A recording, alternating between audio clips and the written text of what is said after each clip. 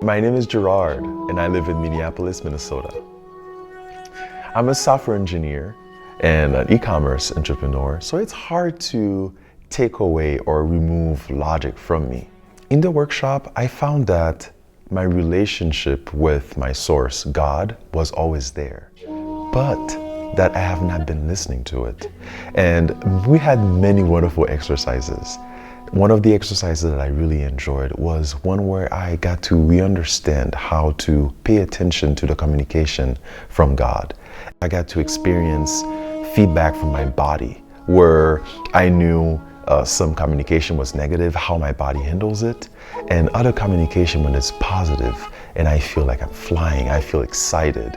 I got to recognize this. And this in itself, in my life, is gonna be so important because I'm up to big things. I wanna do great things, especially from my home country, Haiti. And I want to be aligned with those high vibrational and those amazing emotions to make those things happen, to manifest them. And that was wonderful to actually understand how that works. But when you get to a point where you understand how communication is being channeled to you, through you, you recognize that, wow, you are always guided, you're always loved, you're always supported. I remember telling Shangela that if the workshop had stopped at that moment, it would have been amazingly worth it for me. And that was within the second hour.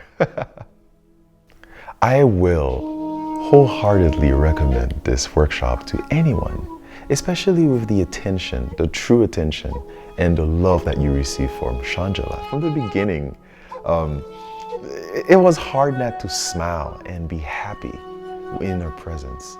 And something else that I should point out that I think is really unique to her is her openness to receive questions, but also the challenging you to trust the process and also trust your God or your source.